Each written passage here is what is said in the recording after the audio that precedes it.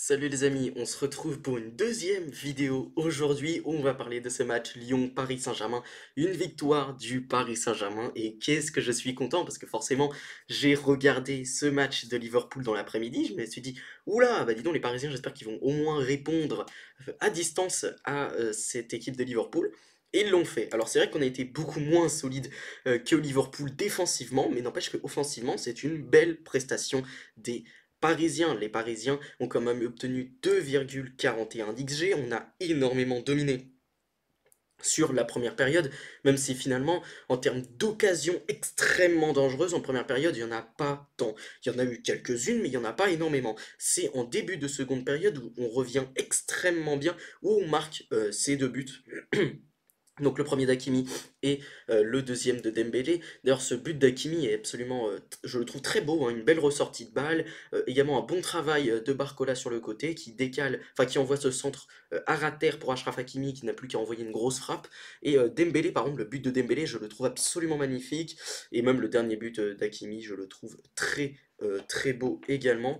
Donc voilà, avec notamment cette espèce de jeu un peu de dribble de Gonzalo Ramos sur cette action qui est franchement magnifique. On a également vu un très bon Kvaratskhelia, mais ça évidemment on en parlera dans la partie composition. Et voilà, franchement, belle victoire parisienne, même si évidemment il y a des choses qui peuvent être améliorées, ça c'est sûr et certain, mais on va en reparler un petit peu plus. Mais avant tout, les amis, je vous invite à vous abonner à la chaîne si vous ne l'êtes pas encore, c'est super important. Pour moi, dans une période où YouTube est un petit peu bizarre avec mes vidéos, a du mal à les mettre en avant, donc voilà, ce serait vraiment très cool si vous voyez cette vidéo et que vous vous abonniez, vraiment ça ferait vraiment plaisir pour moi.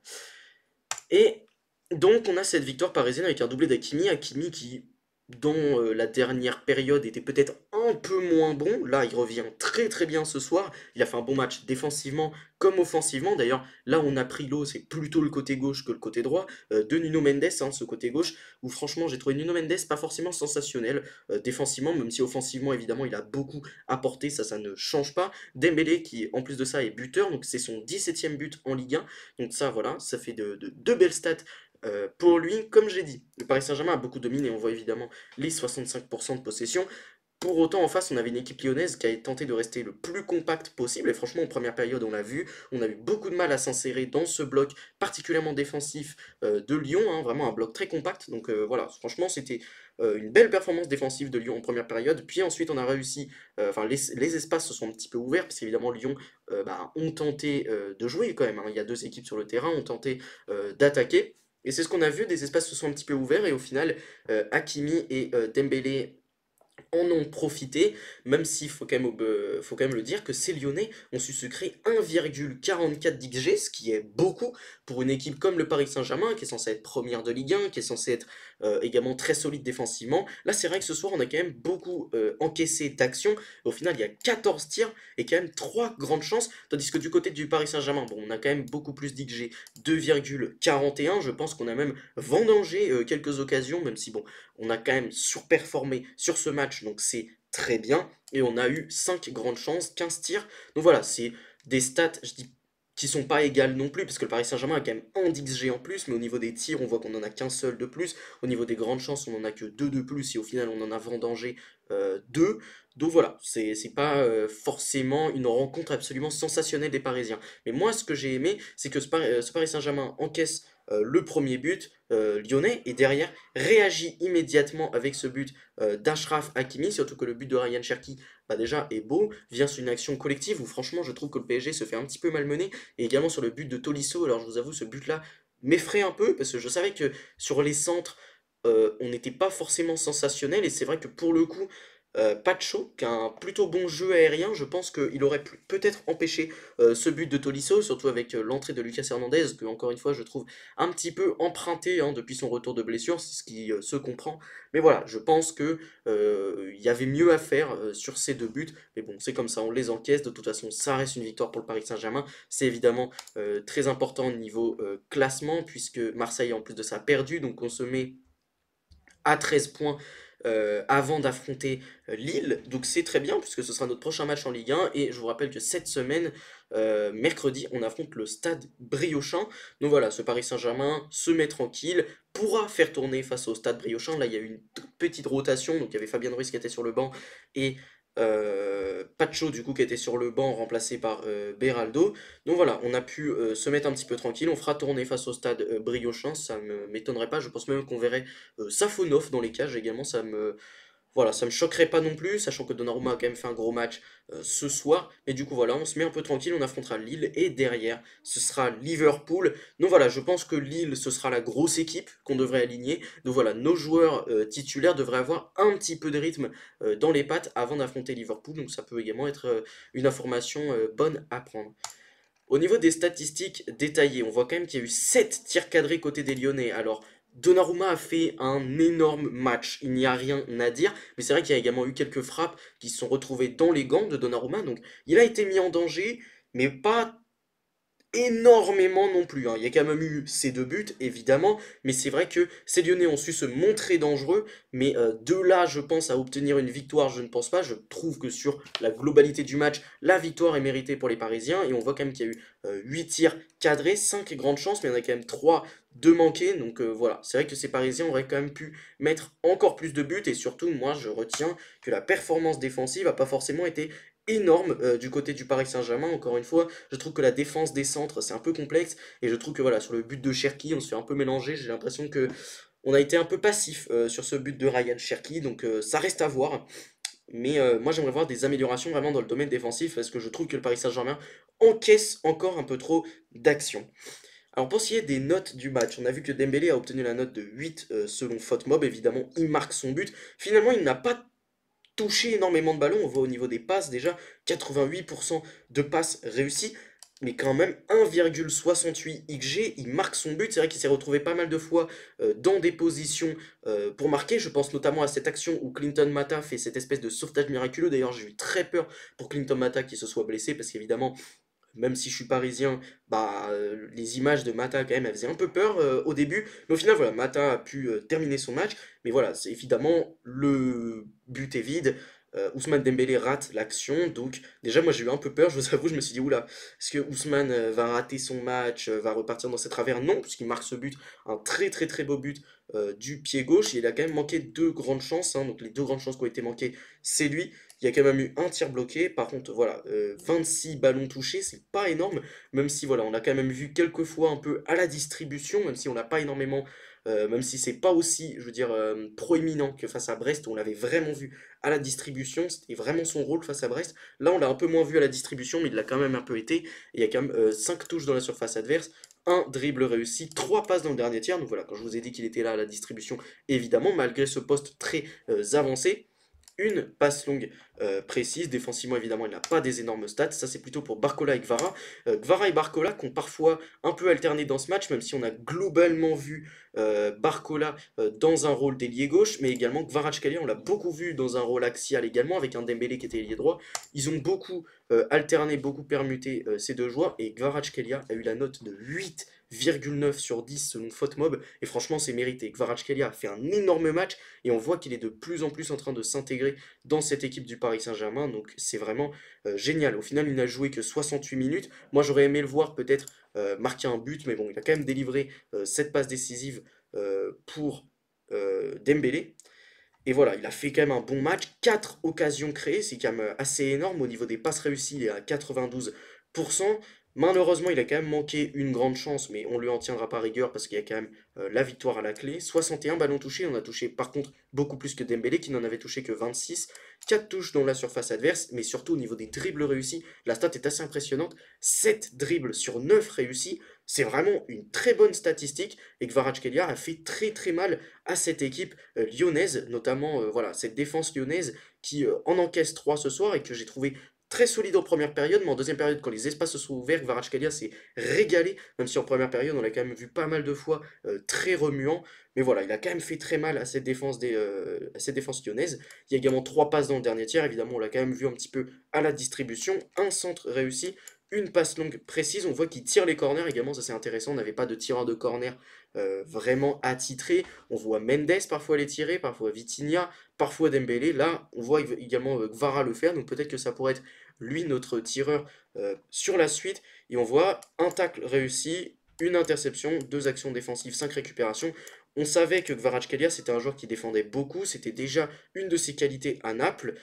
Et j'espère justement qu'il le fera face à Liverpool, parce qu'évidemment, quand il va y avoir Luis Diaz dans son couloir ou Cody Gakpo, mais peut-être également s'il bascule à gauche, il s'intervertit avec Barcola, avec Dembélé, tout ça, j'aimerais également le voir défendre sur Mohamed Salah, parce que vu comment Mendes a pris un bouillon ce soir, parce que oui, il faut dire que Mendes, sa performance défensive, elle n'est pas énorme, offensivement, rien à dire, 92 ballons touchés, une touche dans la surface adverse, 3 dribbles réussis pour un arrière-gauche, évidemment, ce sont de belles statistiques, 11 passes dans le dernier tiers, 2 passes longues précises, c'est pas mal du tout, mais c'est vrai que défensivement, il s'est quand même fait avoir quelques fois, et c'est vrai que le but de Tolisso, bah, ça vient de son côté, où je le trouve bah, pas forcément ultra agressif, moi je trouve qu'il s'est un peu manqué quand même sur la fin de match, mais il y a quand même 8 récupérations, 4 actions défensives, 2 interceptions, un dégagement, un tacle réussi. Sur la globalité du match, il a été plutôt correct, mais c'est vrai que sur la fin du match, je trouve qu'il s'est un petit peu relâché, et le but vient de son côté, donc évidemment, j'aimerais bien voir Kvaratskhelia un petit peu aider Mendes, comme ça là a aidé Trent Alexander-Arnold aujourd'hui. Moi, j'aimerais bien voir ça. Barcola, hein, donc pour terminer avec le trio offensif, a réalisé donc 14 passes sur 18, donc 78% de passes réussies, c'est bien pour un poste offensif. 3 occasions créées, 29 ballons touchés, 7 touches dans la surface adverse. Bon, déjà, on voit quand même que le jeu est un peu moins passé par Barcola. On voit globalement que l'ailier qui a touché le plus de ballons, ça reste Kvaratskhelia. On est beaucoup passé par ce côté droit qui a été, comme d'habitude, très largement utilisé, notamment grâce à la présence d'Hakimi qui a été absolument énorme ce soir. Un centre réussi pour le but justement de Hakimi, le premier but. Défensivement, pour le coup, c'est peut-être celui qu'on a le moins vu avec Dembélé. Enfin, les deux, on les a pas trop vus, Dembélé et Barcola. Défensivement, c'était vraiment Kvaratskhelia qui a beaucoup aidé ses latéraux. Et voilà, une action défensive, mais il s'est quand même fait dribbler 2 fois, donc ça, c'est pas terrible. Et pour le coup, j'espère avoir un Barcola qui fera plus d'efforts et un Dembélé également, même si Dembélé, pour le coup, est sur un poste axial, donc on lui en veut un peu moins. Mais pour faire des efforts défensifs, j'espère le voir. Neves a fait un très bon match ce soir, déjà au niveau des passes réussies, 94 passes réussies. 70 ballons touchés, 3 touches dans la surface adverse, un dribble réussi, 3 passes dans le dernier tiers, 2 passes longues précises. Et d'ailleurs, c'est vrai que l'action justement à laquelle je faisais référence tout à l'heure de Dembélé qui se retrouve face au but vide, bah c'est vrai que c'est lui qui fait la récupération au départ, qui donne cette passe décisive, enfin cette passe pour Kvaratskhelia, et Kvaratskhelia qui lance Dembélé dans la profondeur. Donc voilà, déjà, il faut dire qu'il a été important sur cette action. Évidemment, il a eu beaucoup de récupérations hautes. Également, voilà, 3 touches dans la surface adverse, un dribble réussi, il a également tenté une frappe, hein, il s'est une fois retrouvé en position de numéro 9.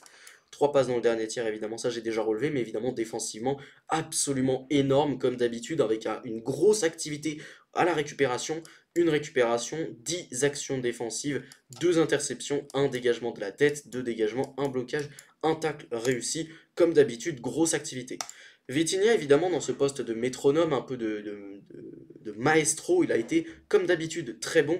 92% de passes réussies, 104 ballons touchés, une touche dans la surface adverse, un dribble réussi, 8 passes dans le dernier tiers. Il a distribué beaucoup de passes clés, Vitinha. Franchement, il a été encore une fois énorme. 4 passes longues précises. Très gros match de Vitinha. Maintenant, défensivement, il a été bon, hein. C'est sûr qu'il a eu une activité à la récupération, mais c'est vrai qu'il fait quand même dribbler 3 fois. Donc ça, voilà, on voit quand même que c'est pas non plus totalement son rôle, la défense, mais il y a quand même 7 récupérations, 5 actions défensives, une interception, un dégagement de la tête, un dégagement, un blocage et un tacle réussi. Maintenant, c'est vrai que quand je vois la performance des milieux de terrain, évidemment, Désiré Doué est un joueur particulièrement offensif. Vitinha n'est pas forcément le plus grand récupérateur de tous les temps. C'est vrai qu'on pourrait se poser la question de prendre peut-être un numéro 6 un peu plus rugueux. Évidemment, vous savez très bien qu'il y aura un mercato idéal qui sortira à la fin du parcours en Ligue des Champions du Paris Saint-Germain. Donc, si on perd face à Liverpool, il y aura un mercato idéal. Si ce n'est pas le cas, bah, évidemment, il y aura à la toute fin du parcours du Paris Saint-Germain, s'il y a une finale de Ligue des Champions, Bah, il y en aura un quand même, hein, parce qu'évidemment, il y a quand même toujours des trucs à travailler, mais c'est vrai que pour le coup, ce milieu de terrain est particulièrement offensif, et c'est vrai que défensivement, on a quand même que Neves finalement, de purement défensif, et encore, Neves a quand même une grosse activité également offensivement, donc ça peut être à voir. Vitinha a une bonne activité défensive, mais c'est pas non plus sa qualité première, et c'est vrai que Désiré Doué, on l'a encore vu très haut sur le terrain, c'est pas du tout un reproche, il a été bon, 82% de passes réussies. 49 ballons touchés, 2 touches dans la surface adverse, un dribble réussi, 5 passes dans le dernier tiers, un centre réussi, une passe non précise. Comme d'habitude, très remuant, Désiré Doué. Il a encore une fois apporté pas mal de dangers. Défensivement, il a eu une activité correcte, évidemment, hein, 3 récupérations, 6 actions défensives, une interception, un tacle réussi, mais évidemment, ça pourrait être mieux, et c'est concrètement le milieu de terrain le plus offensif du Paris Saint-Germain, et il a su avoir quelques mouvements intéressants. D'ailleurs, je trouve que la note de Barcola est assez basse, car certes, il n'a pas touché énormément de ballons, certes, il aurait peut-être pu être encore plus décisif, mais concrètement, il n'est pas tant que ça retrouvé en position de frappe. Moi, j'ai pas l'impression qu'il aurait pu faire mieux. En fait, c'est juste que ce côté gauche a été assez peu utilisé finalement. Pour parler d'Hakimi, évidemment, qui a été élu homme du match selon FotMob, je crois que c'est l'homme du match également selon la Ligue 1. Il a marqué un doublé, ça c'est énorme. 90% de passes réussies, 3 occasions créées. Il a été très très bon, 113 ballons touchés, 4 touches dans la surface adverse, un dribble réussi, 9 passes dans le dernier tiers, 3 passes non précises. Comme d'habitude, on a vu un Hakimi qui a fait extrêmement mal, qui sur son côté a été proactif, qu'on a également vu quelques fois dans cette position un peu axiale, voilà, qui s'est en plus de ça retrouvé à la finition. Il a marqué les 2 buts. Évidemment, c'est quand même lui qui nous offre la victoire. Donc voilà, très très gros match d'Hakimi qui revient très bien. Défensivement, il s'est fait dribbler 2 fois, certes, mais pour le coup, je trouve que il s'est retrouvé moins exposé, je dirais, que Mendes, même si évidemment le but de Ryan Cherki vient un petit peu du côté droit. Moi, je l'ai trouvé moins exposé que Mendes, mais c'est vrai que défensivement, c'est pas non plus sensationnel. Il y a un tacle réussi, un dégagement, une interception, 7 actions défensives, 6 récupérations. Et c'est vrai que dans son dos, quelquefois, il peut se faire avoir un petit peu comme Mendes, finalement, qui certes ne se fait pas dribbler, mais qui peut parfois être un petit peu lent dans ses retours, être pas assez agressif, peut-être un peu trop passif. Donc voilà, c'est vrai que ces latéraux du Paris Saint-Germain sont particulièrement offensifs, et quand c'est vrai que, enfin quand ce PSG, c'est quand même une équipe qui est très haut sur le terrain, qui essaie de presser, d'agresser, forcément ça ouvre des espaces, et c'est pour ça qu'on concède autant d'occasions, et c'est notamment également à cause du fait que nos latéraux soient particulièrement offensifs. Donc évidemment, il va falloir régler le problème. C'est vrai que ce système avec cette espèce de troisième centrale, c'était intéressant, on le voit toujours par moment évidemment, même si j'ai l'impression qu'on le voit un peu moins dernièrement. Donc voilà, va falloir peut-être trouver des alternatives plus défensives, peut-être au milieu de terrain à voir. Et le problème c'est que comme on n'a pas Warren, forcément on a moins cette alternative très défensive, et peut-être, personnellement j'aurais bien aimé le voir face à Liverpool, j'aurais peut-être testé. Maintenant il n'est disponible que pour Lille apparemment, et encore on n'est pas sûr et certain. Donc moi je ne précipiterai pas son retour. La charnière centrale a été plutôt bonne encore une fois, même si je trouve que franchement les 2 buts sont plutôt évitables. 98% de passes réussies pour Marquinhos, qui à la relance a été comme d'habitude très très bon. 104 ballons touchés, 4 passes dans le dernier tiers, 7 passes non précises sur 8. Ça c'est très bien. Et défensivement, 2 tacles réussis, un blocage, 8 dégagements, 5 dégagements de la tête, une interception, 12 actions défensives, 6 récupérations. Maintenant il se fait quand même dribbler une fois, et au niveau des duels, il a remporté 5 duels pour seulement un perdu. Ce qui est franchement des bonnes stats, hein. C'est un bon match de Marquinhos. Moi, je trouve que c'est peut-être Beraldo qui a été un peu moins bon. Maintenant, c'est vrai qu'à la relance, impeccable, rien à dire. 99% de passes réussies, une occasion créée, 97 touches, euh, une touche dans la surface adverse, 4 passes dans le dernier tiers, 4 passes longues précises réussies sur 4, un tacle réussi, 2 dégagements, une interception, 4 actions défensives, 6 récupérations. C'est vrai que sur le but de Tolisso, il est un peu passif, et sur le but de Ryan Cherki, moi j'incombe un peu à la défense totalement, où je trouve que voilà, on est peut-être un petit peu passif, on s'est peut-être un peu trop regardé jouer, hein, sur le but de Ryan Cherki. Maintenant, c'est vrai que voilà, le but de Tolisso, moi je trouve que Beraldo, il aurait pu faire un peu mieux, mais ça reste un bon match de la part de Beraldo. Voilà, ça reste correct. Maintenant, Donnarumma a également fait un très gros match malgré les 2 buts encaissés, hein, donc c'est assez paradoxal. Il a fait beaucoup d'arrêts très décisifs, et c'est dommage encore une fois qu'il s'en sorte pas avec le clean sheet, parce qu'il l'aurait mérité. Pour ce qui est des remplaçants, on a Lee Kang-in qui donne cette passe décisive du coup pour Hakimi, mais ça c'est très bien fait grâce à un décalage de Gonzalo Ramos qui a été énorme. Lucas Hernandez sur son entrée, pareil, je le trouve pas très bon. Voilà. je le trouve pas ouf ouf. Lucas Hernandez, sur son entrée, c'est un peu dommage. Il rentre à la place de Kvaratskhelia, donc ce qui a fait que Désiré Doué est passé un petit peu plus haut sur le terrain. D'ailleurs, au milieu de terrain, ça a été un peu bizarre également. Du coup, on avait un espèce de deux milieux à deux. On avait une défense beaucoup plus solide. Finalement, presque une défense à 3 parce qu'on avait nos latéraux qui étaient encore plus hauts du coup. Donc on est passé dans un espèce de 3-4-3 un petit peu bizarre. Après on a quand même eu Gonzalo Ramos et Kanginli qui est rentré. Kanginli également avec Fabian Ruiz hein, qui était rentré plutôt. Bah non, en fait du coup non, c'est pas Désiré Doué. On est passé dans une espèce d'attaque à 2. Bah oui, exactement. On est passé dans une attaque à 2 puisque Fabian Ruiz est rentré, que Lucas Hernandez est rentré. Et par contre, derrière, cette attaque a été rééquilibrée avec l'entrée de Gonzalo Ramos et de Kanginli qui donne ce ballon pour Hakimi. Donc voilà, c'était un système un peu bizarre sur la fin puisqu'au final, on s'est retrouvé avec presque seulement deux attaquants, Lee Kangin et Gonzalo Ramos. Donc voilà, c'est vrai que ce coaching a été un petit peu bizarre, je trouve, de la part de Luis Enrique, et surtout pour faire entrer Lucas Hernandez. Je comprends que tu essaies de lui donner un peu plus de temps de jeu, mais franchement, je suis désolé, mais il est pas terrible. Alors moi, j'essaierai de le faire enchaîner quand même, peut-être lui donner une place de titulaire face au Stade Briochin, ou peut-être la donner à Presnel Kimpembe, ça peut également être une bonne solution de voir l'un des deux face au Stade Briochin, et je donnerai également une titularisation à Safonov et à Seni Mayoulou. Maintenant, c'est vrai que voilà, Warren, j'aurais aimé le voir plus tôt, et Brahim Baye également, j'aurais peut-être aimé lui donner un petit peu de temps de jeu face au Stade Briochin, mais du coup, voilà, ça reste une rencontre correcte du Paris Saint-Germain, même si évidemment, j'aurais aimé qu'on n'encaisse pas. Les amis, j'espère que cette vidéo vous a plu, si c'est le cas, n'hésitez pas à la liker, à la commenter, surtout abonnez-vous à la chaîne, super important. Sur ce, salut les amis, à la prochaine.